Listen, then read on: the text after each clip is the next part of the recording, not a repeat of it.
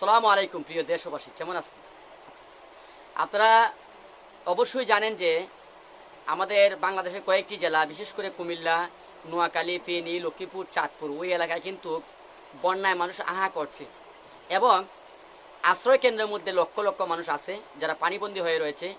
অনেকেই সন্তান এক জায়গায়, মা এক জায়গায়, বাচ্চা এক জায়গায়, অনেক জায়গায় অনেক প্রাণী, পশু, গরু, ছাগল কিন্তু তারা কোথায় গেছে বলতে পারে না।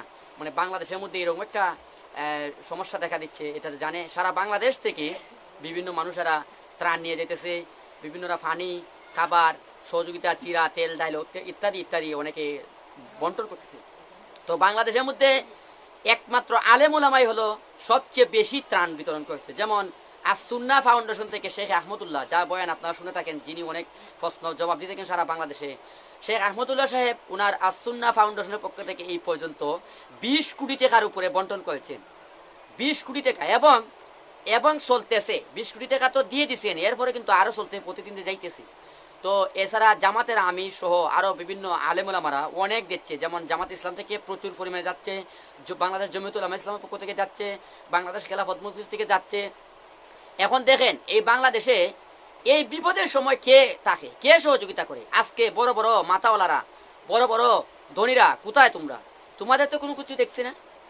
আজকে যারা বাংলাদেশের মধ্যে বড় বড় নেতৃত্ব দিচ্ছ, মানবতার ফেরিওয়ালা বলে নাম বিক্রি করছো, দেশের মধ্যে খুব জাঁকজমক তোমাদেরকে দেখাচ্ছিল, সারা বাংলাদেশ বোঝা যাচ্ছে যে আমরাই মানবতার ফেরিওয়ালা, আমরাই বাংলাদেশের সবকিছু, দেশের অভিভাবক। আজকে তোমরা কোথায়? এইদিকে বাংলাদেশে কত ফাউন্ডেশন আছে।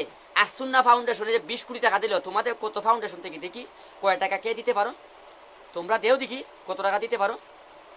সবচেয়ে মানুষ উত্তম এবং সমাজের অধিকারী মানুষ, উত্তম অধিকারী মানুষ কারা? যারা মানুষদেরকে বিপদে পড়ে সহযোগিতা করে। আরেকটি কথা প্রসঙ্গে না আসলে হয় যে আমাদের মধ্যে বাংলাদেশে কিছু হিন্দু আছে, প্রায় 3 কোটির মতো হিন্দুদের মধ্যে আমার জানার মতে হবিগঞ্জে বহুত বড় বড় ধনী আছে।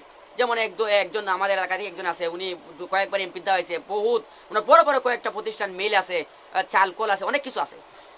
এবং হিন্দুদের বড় বড় আমার জানা মতে অনেক সংস্থা আছে, অনেক গ্রামে বড় বড় ফান্ড আছে। কিন্তু আজ পর্যন্ত হিন্দু ধর্মের মধ্যে এই ধরনের কোন নীতি শুনি না। আজ পর্যন্ত হিন্দুর পক্ষ থেকে একটা ত্রাণ গেছে। সমাজনীতি সবাইকে নিয়ে চলো, কিন্তু হিন্দু সমাজের আজ পর্যন্ত বলতে পারবে মুসলমানদের ফাউন্ডেশন, হাজার হাজার ফাউন্ডেশন, হাজার হাজার ফান্ড থেকে, হাজার হাজার যুবক ফান্ড থেকে, যুব ফান্ড থেকে তাফসির না করে, হজ না করে, বাচ্চা ছেলেরা টাকা জমাইছিল ভবিষ্যতের জন্য, এই টাকা দিয়ে দেয়, ইন্স্যুরেন্স করেছিল, এই টাকা উঠে দিতেছে, হজে যাওয়ার জন্য টাকা জমাইছিল, এই টাকা দিতেছে, ছাগল কুরবানির জন্য বলতেছিল যে রাখবো, এই টাকা ছাগল বিক্রি করে দিতেছে, গরু বিক্রি করে দিতেছে। কিন্তু হিন্দু সমাজ তোমরা কোথায় আজকে? তোমরাও তো একটা মানুষ। কিন্তু আমাদের মুসলমানদের দিনটি হইলো কোনো কাফের, কোনো হিন্দু জুজু এই পানিতে পরে হাবুডুবু খায়, তখন মুসলমানদের জন্য এটা ইবাদত, তাকে উদ্ধার করা। মুসলমানদের যখন ফরজে আইন হয়ে যায়, ওই মুসলমান যদি কাফের সে হয় আর পানিতে পরে হাবুডুবু খায়, মুসলমানদের জন্য ফরজ হয়ে যায় তাকে উদ্ধার করা। কিন্তু মুসলমানদের তো সর্বক্ষেত্রে আছে, মুসলমানদের সহযোগিতা করতেছে। আজকে আলেমুলামারা বাংলাদেশের সর্বক্ষেত্রে সহযোগিতা করতেছে এবং আজীবন করে আসছে, এখন প্রমাণ করে দিচ্ছে কি পর্যন্ত করতেছে। কিন্তু অন্যান্য ধর্ম সহ অন্যান্য নেতারা যারা বড় বড় লেকচার দিয়েছো, বড় বড় মানবতা ফেরিওয়ালা হয়েছে, তোমরা আজকে কোথায়? তোমরা আজকে নিয়ে যাও, তোমাদেরকে দেখি না।